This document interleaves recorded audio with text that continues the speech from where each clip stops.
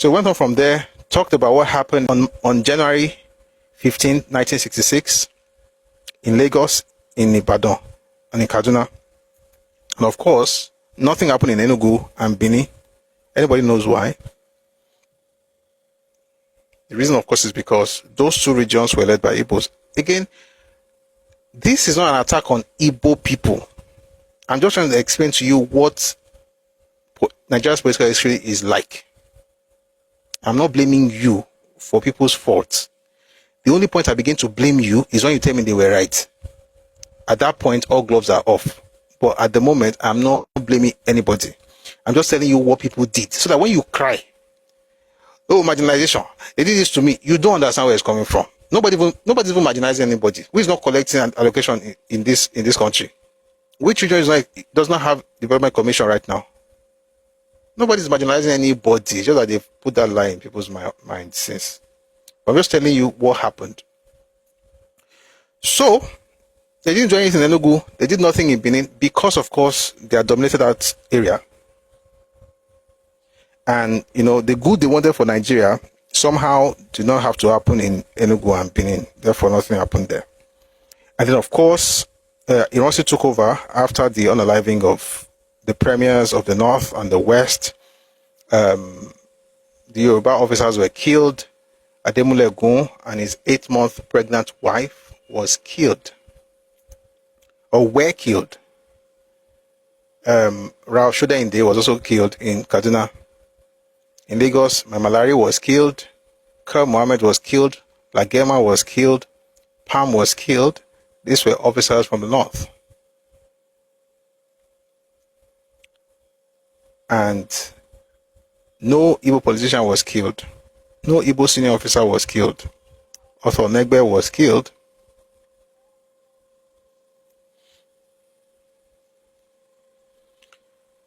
This is Nigeria.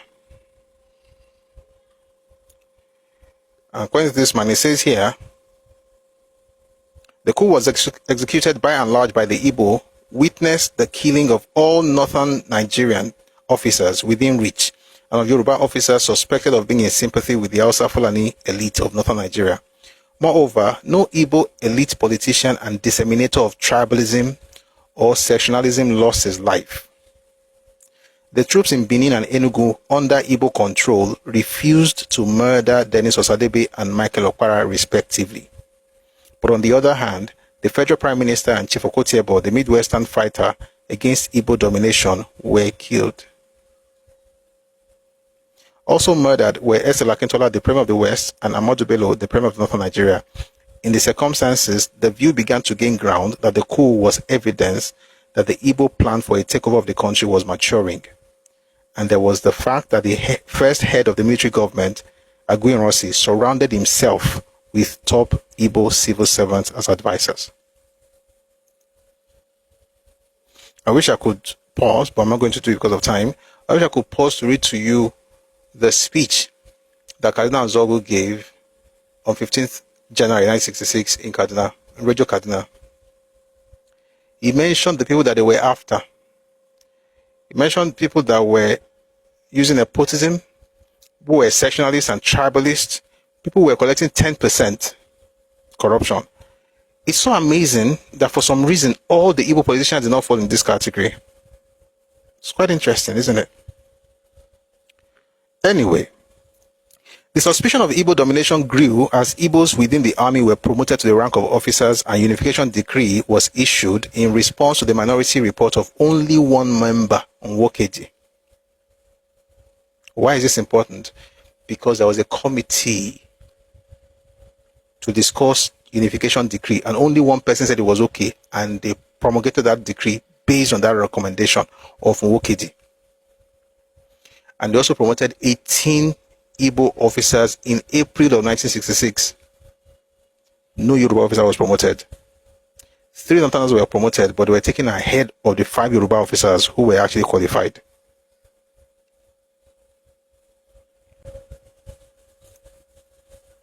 Frightened that the unification decree would establish firmly Igbo control all over the country, the peoples of the North in May 1966 rose up against Igbo inhabitants in the northern region. This first of a series of spontaneous massacres of Igbos was the last straw, which persuaded a number of Igbo leaders that their dream of Igbo domination was beyond achievement, that the size of Nigeria and the factor of loyalty to the tribe, rather than to one Nigeria, were strong among the large ethnic groups in the country, that justly or unjustly, anti-Igbo feelings had risen very high in the rest of Nigeria. In the words of the academicians themselves, all the time tribalists, who drew up the argument for secession as early as May 1966, I want to read to you what Igbo intellectuals wrote in May of 1966 to support the unification decree. Are we ready? All right. This is from Mbeyi Collections, Biafra newsletter of March 1968. These are intellectuals. Since the last event, unification decree, it has become crystal clear that the former leaders of the action group have, as predicted, joined forces with the former leaders of the NNDP. Let me explain. NNDP was formed by people who used to be in action group, led by Akintola, Nigeria National Democratic Party, the same name of the party that Herbert Macaulay founded in 1923. All right. So by 66, they had now come back together again. So the Igbo intellectual said, since the last event, that's the unification decree, it has become crystal clear that the former leaders of the action group have, as predicted, joined forces with the former leaders of the NNDP in a renewed battle against Easterners. No, it was against Igbos, not Easterners. But propaganda was propaganda. Recent events have further demonstrated that these leaders are clearly striving to counter the efforts of the military regime to forge national unity. Unity, no. In this respect, the Western leaders are one with the Northern leaders, who are similarly opposed to a unitary system of government in Nigeria. And all of them are anxious that the country should revert to the old federal structure, which, as everyone knows, was the principal cause of most of the woes of the First Republic. In other words, the idea of unitary system was not just something that Ironsi came up with. It's been at least 15 years in the making, in the hands of politicians. And to make matters worse, the best of the people, the creme de la creme of their society, wrote this to support it and said the people who were against unitary system did not want national unity.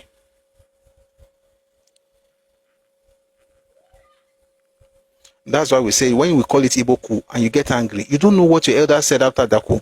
Read Beckon to Serve by Shehu Shagari. Read what the people said, then listen to this and tell me if it was not even the intellectuals supporting this thing that they're doing. So what you see here, and by the way, if you read the special report branch of April 1966, they said it there. The soldiers did not work on their own. They didn't work alone. They were supported by civilians, whose name they did not mention, I guess, for national unity. So you have common people doing nonsense in the north. You see it in Beckon to Serve by Shehu Shagari. You see it in The Tragedy of Victory by Victor Alabi Sama, Godwin Alabi Sama. You see it in the origins of the Civil War by Nnamdi Azikiwe. They were just constituting nuisance all over the place, insulting Northerners, insulting everybody. We have the power. Then the intellectuals wrote this. So you have the people, the intellectuals, the soldiers, and the politicians.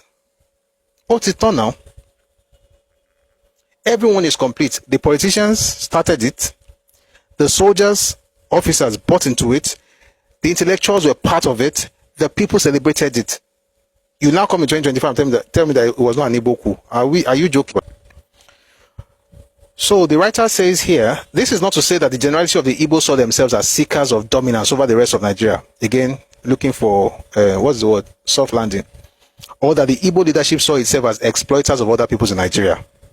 The self-styled leaders and spokesmen of the Igbo people, mainly university intellectuals, argued passionately that it would be wrong. Please listen to this. This is the argument of lecturers, people who read book. We suppose get sense, ba? I wait till them talk with this. So I beg. Pay attention. The self-styled leaders and spokesmen of the Igbo people, mainly university intellectuals, argued passionately that it would be wrong to see the Igbo as grabbers of most of the offices in the country, even though they were grabbing everything. About 65% of the posts in Railway Corporation was taken over by the Igbos. 70% of Nigerian Port Authority, 70% of Nigerian Airways.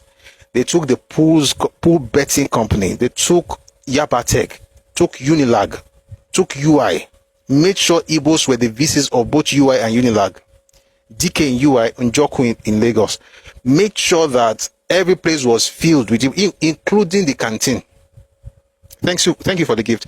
Filled everywhere. Then they are writing here that it will be wrong to see the Igbos as grabbers of most of the offices in the country. In other words, you are looking at it, but it is wrong that you are even saying that it is happening.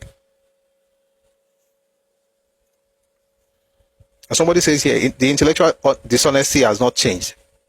I argue that it has worsened over the last 60 years. Yes. You put out a video, they'll tell you, forget about, you talk about an issue, they will leave the issue and talk about your tone. Why are you talking about it like that? Why are you talking about it? It's not a big deal. Are we not one Nigeria? Forget the issue. But let's agree that your tone is wrong. You are not serious. They will police your tone. They will tell you it is wrong for you to see us as grabbers. You're literally grabbing things. Thanks for the gift. In other words, I can grab the stuff, but it would be wrong for you to see me as a grabber. Gets worse. They argued passionately that it would be wrong to see the Igbo as grabbers of most of the offices in the country.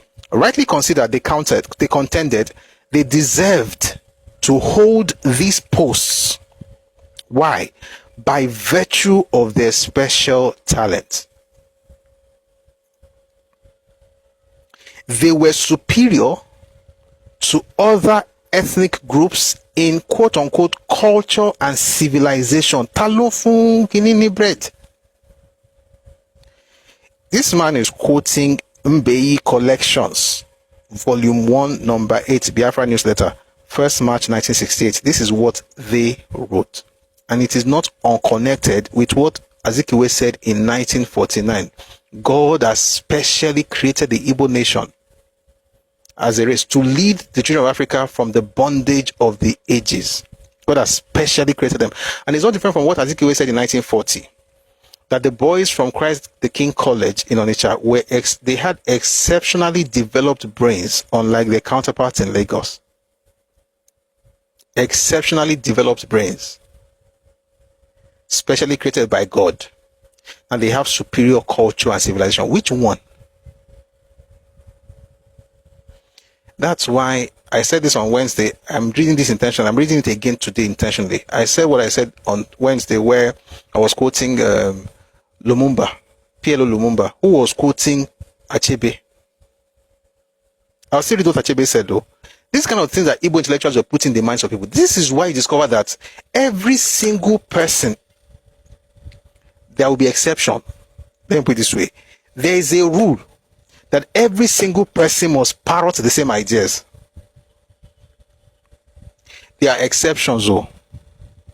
There are some Igbo people that are not like that. But I can assure you, it's a rule. This is how just about everyone thinks. We are better. Have you noticed? Let's pause a bit. Have you noticed? You have simple conversations. You hear things like, we are better than you. You cannot have a conversation without somebody telling you that we are better than everybody. It's coming from here. The people who drum these ideas in their minds were not roadside. I mean, all due respect to roadside, I don't want to mention the work because there's dignity of labor. It's not just the average Joe walking the street. These were the intellectuals, the creme de la creme of the society. What they said here in the 60s is what people are still saying today. So what did they say? They said that, number one, it will be wrong to see the Igbo as grabbers of most of the opportunity, or most of the offices in the country. Rightly considered, they contended they deserved to hold this post by virtue of their special talents. God, give me talent too now.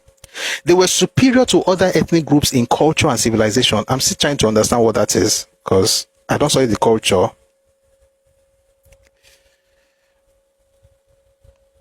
It is well. They were the most receptive, or they were the most receptive to new ideas and the most able to assimilate them.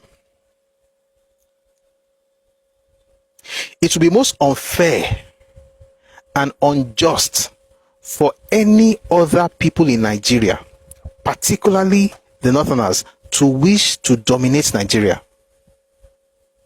For Northern Nigeria lacked education and culture and was never in a position to contribute to the advancement or progress of the country.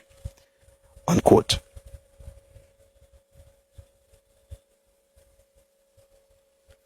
Thank you, Prof. They say that until an Igbo man is the president of Nigeria, Nigeria cannot progress. Meanwhile, there are 5 Igbo governors in the southeast. I'm very sure it's progressing. This is what the intellectuals were saying. By the way, that was a quote. It will be unfair and unjust. What you see in there? It will be unfair and unjust. That's an emotional argument. They are trying to reach your emotion, your empathy, that place where empathy dwells. So it should be unfair and unjust for them not to be allowed to dominate everybody. That's unfair. That's unfair. Whenever you start hearing words like I feel, it's unfair, it's unjust, those words don't have anything to do with logic. It's about emotions. And most of the arguments you have today in conversations are emotional arguments. Oh, do you know what they suffered? Do you know what we went through? The way Nigeria is treating people is unfair.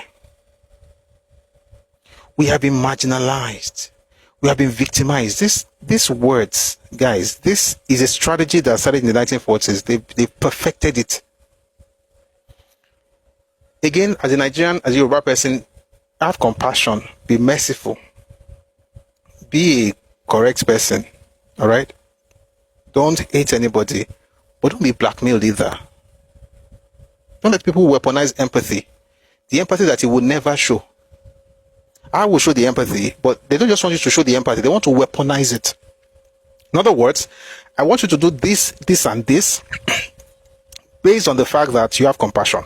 If you don't do it, that means that you don't have compassion.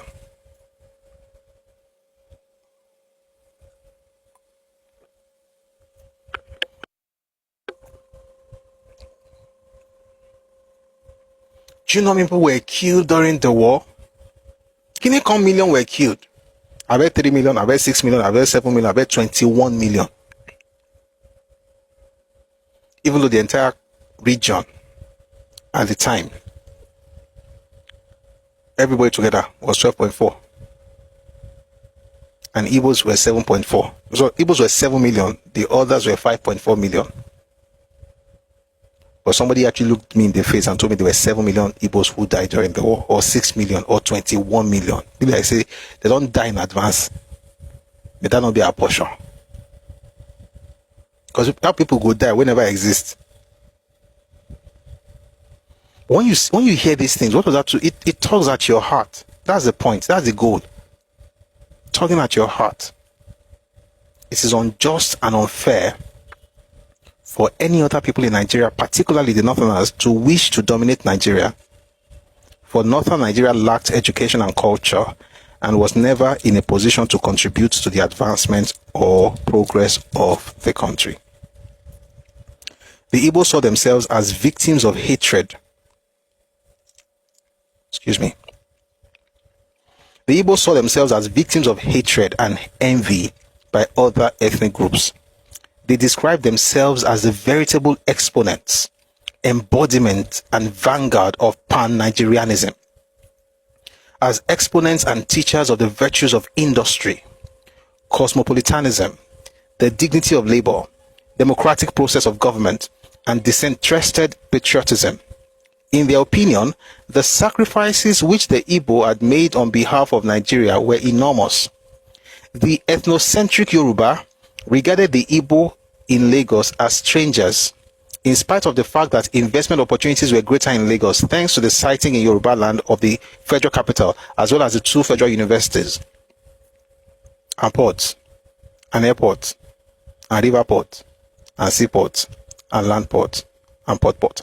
The tribalism and conspiracy of the Yoruba and Hausa Fulani against the Igbo were only too clear from their monopoly of the international airports and the police training colleges they contended. In the 50s, when cocoa was booming and the East was advocating allocation on the basis of needs, the West insisted on the principle of derivation, which makes sense. If I'm producing stuff, my land, even Bible says that the husbandman will be the first partaker of the fruit. If the land generates something, the people should have. That's why we had a very interesting formula at the time. 50% goes to the region of origin, 30% goes to the DPA, the pool, 20% goes to the federal government. That was what the West said. The East said no, it must be based on need. I've never really explained this thing, but just think about it. Think about it. When one country, see,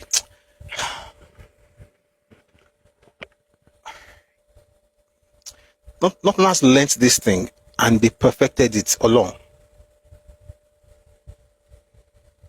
Nothing has learnt it, now they've perfected it. Tinubu is doing it with the restructuring going on. Do you know what they were talking about? Regions could generate revenue. So let's say, for Yoruba land, it was primarily cocoa. You generate money, you get your, profit and all. The revenue basically is shared in 3 places. Or, let me put it this way. They were asking that, how should we share this thing? The Igbo said, listen, you are Yoruba, Western region. You have 100 naira. Let us share the money that the Western region is making based on what the Eastern region needs and the Northern region needs. Think about it.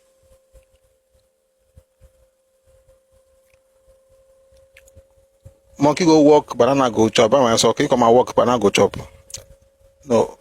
Can you come walk, monkey they chop banana or something like that? You get the point. So we would distribute the money based on needs. In other words, what do we need in the Eastern region? You are in the West now. You already have cocoa house. You're already building cocoa house. You're building all these things. You have all these things now. We need stuff in our own region. The money they're making from your region should also be used to develop our region. That's what needs-based means. Again, just to explain. Monkey they walk, baboon they chop. God bless you. Oh no, they were not in federal government at this time. This was in the 50s. The West was booming. So they said, that money that the West is making, let them take part of that money to develop the East. You think all these things started with Hausa, Fulani, they are bad people. Okay. Those ones, they learned lesson, but those guys are smart. You know how you learn something, how do it? The person will teach you, they look at you, say, Oga now.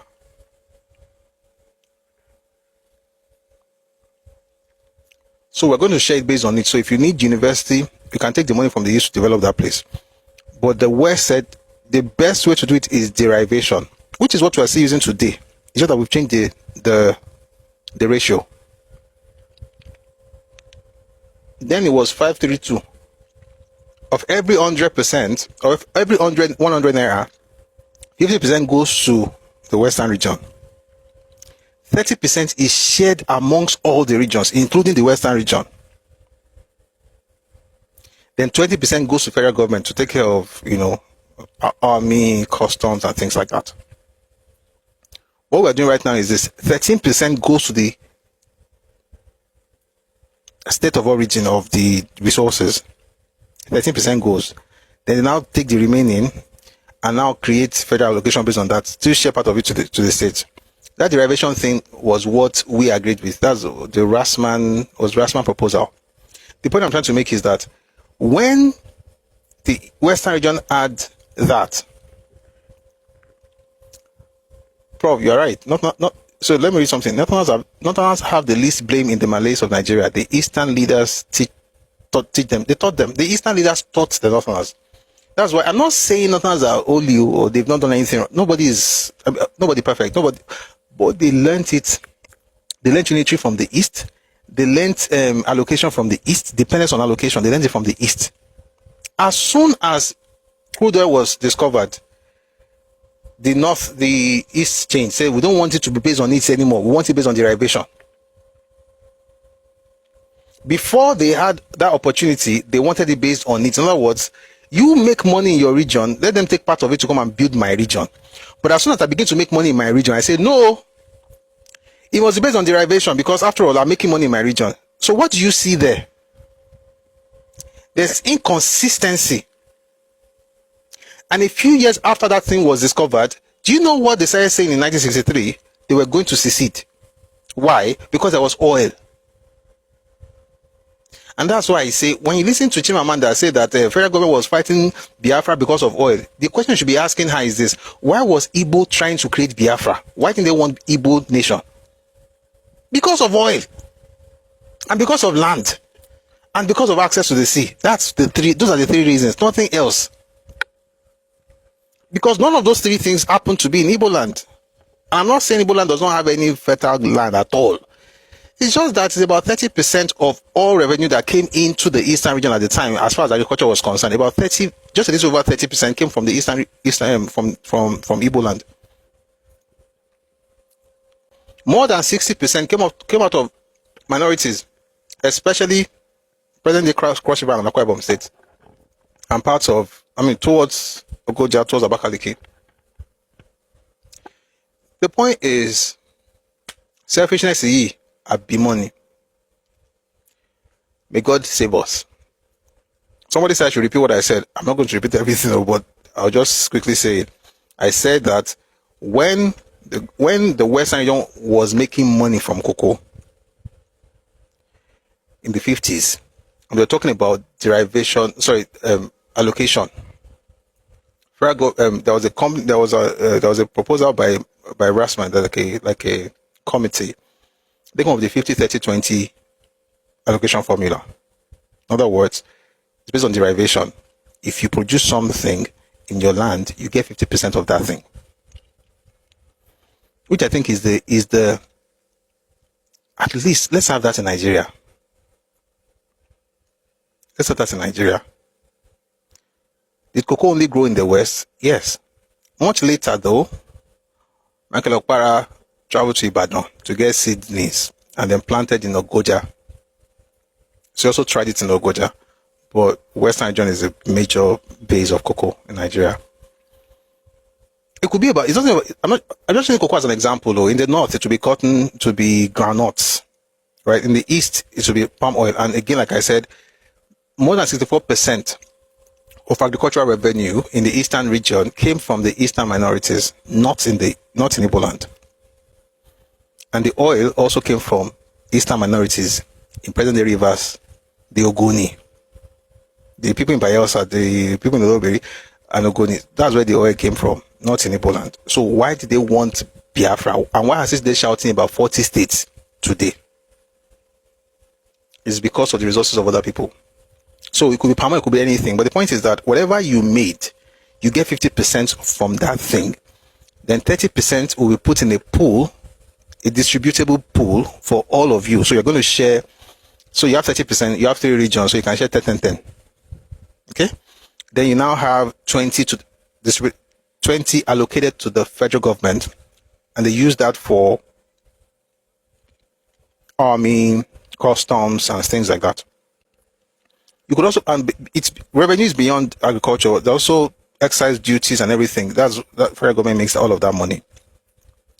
But as soon as they discovered oil in commercial quantity, the East changed and said no.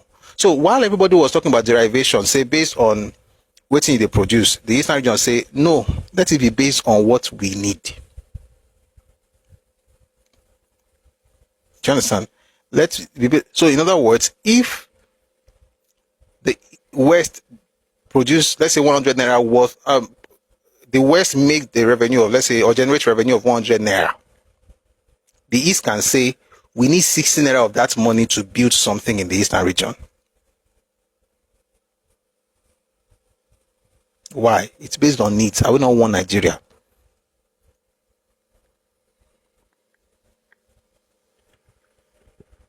Somebody says, but this same Igbo land sent tax to the center to subsidize the north. I be this a lie too. There's something you have to know in history, Joshua Ogbuka, timeline. At what point in history did that happen? So that time frame is what helps you understand what I'm talking about now. That was something happened in 1914, 1912, 13, 14. Does not mean it happened in 1950s. Yes, it is true that the government, in fact, I don't want to change. No.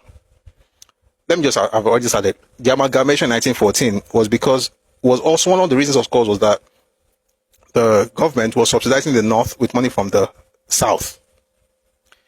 And that's not because the North was not making money. It was because the North was spending more on all kinds of things, including having to pay all these, they have salary, they have West African Frontier Force.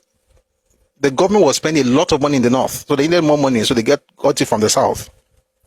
But that was in the early days. I'm talking 1950s. Timeline is very important, or else we'll just be all over the place. In the 1950s, the East was not making as much. They wanted things to be based on needs. The West said derivation is the most sensible thing. The East said no. If you make 100 naira and I need 60 naira in the East, I must be able to get that 60 naira because I'm in one Nigeria. What are brothers for?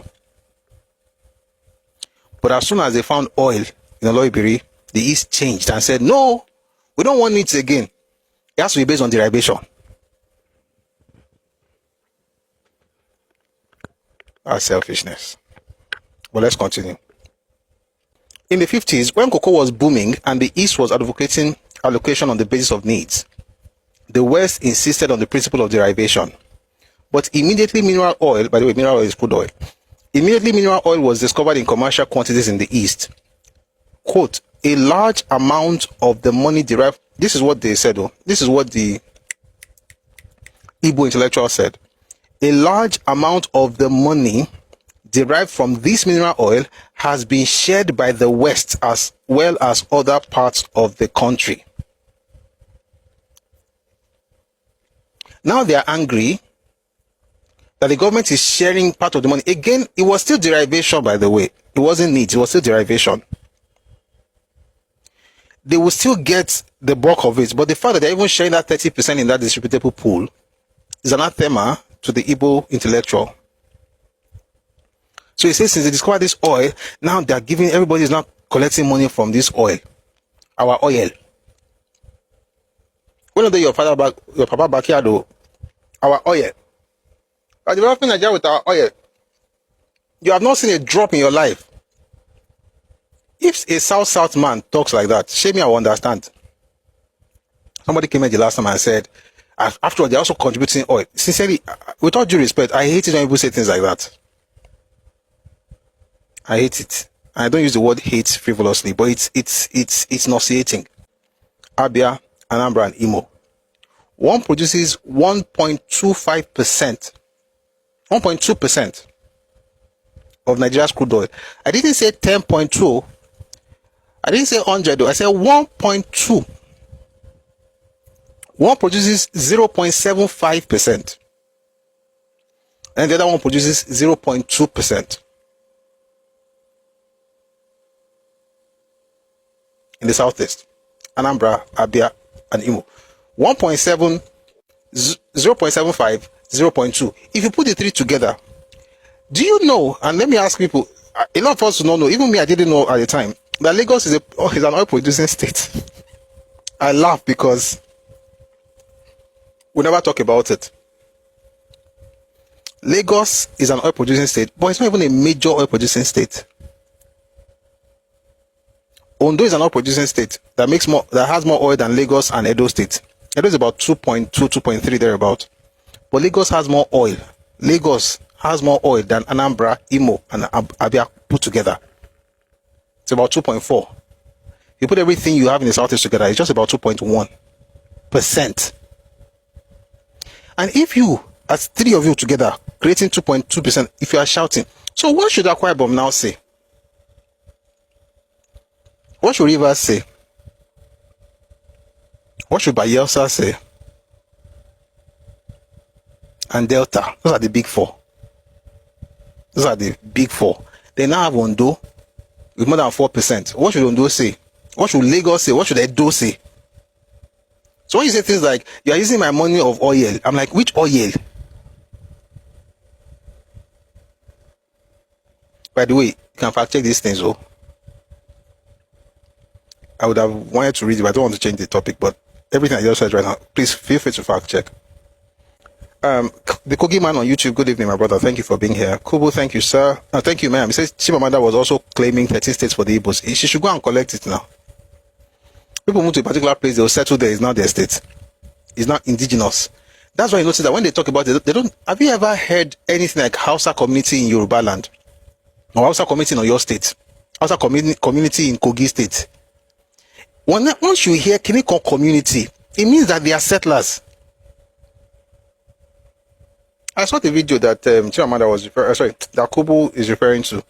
The Igbo community in Kiniko state. You are using the word community. Indigenous people don't use that word community. It's their town. And just because you moved somewhere 70 years ago and you were given a place to stay, does not mean that you are now owners of that place. They will reject you. They'll tell you that you are customary tenants. I like Yoruba people, they can do that thing. Jesus Christ. It has happened before, by the way. Even amongst us as Yoruba people, they'll tell you are customary tenant. Don't come and claim Kiniko here. And it is court that will tell you. Let's get back into this. What of Bakassi? Osikid, what does Bakassi have to do with you?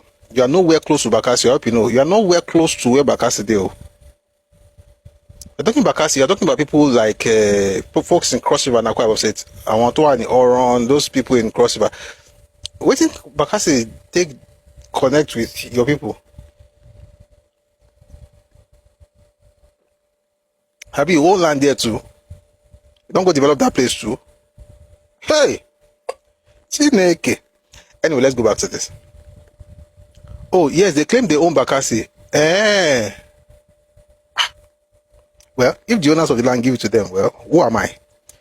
So it says here, in the 50s when cocoa was booming and the East was advocating allocation on the basis of needs, the West insisted on the principle of derivation. But immediately mineral oil was discovered in commercial quantities in the East, quote, a large amount of the money derived from this mineral oil has been shared by the West as well as other parts of the country, unquote. Let's continue with what the Igbos now said, or the Igbo intellectuals now said.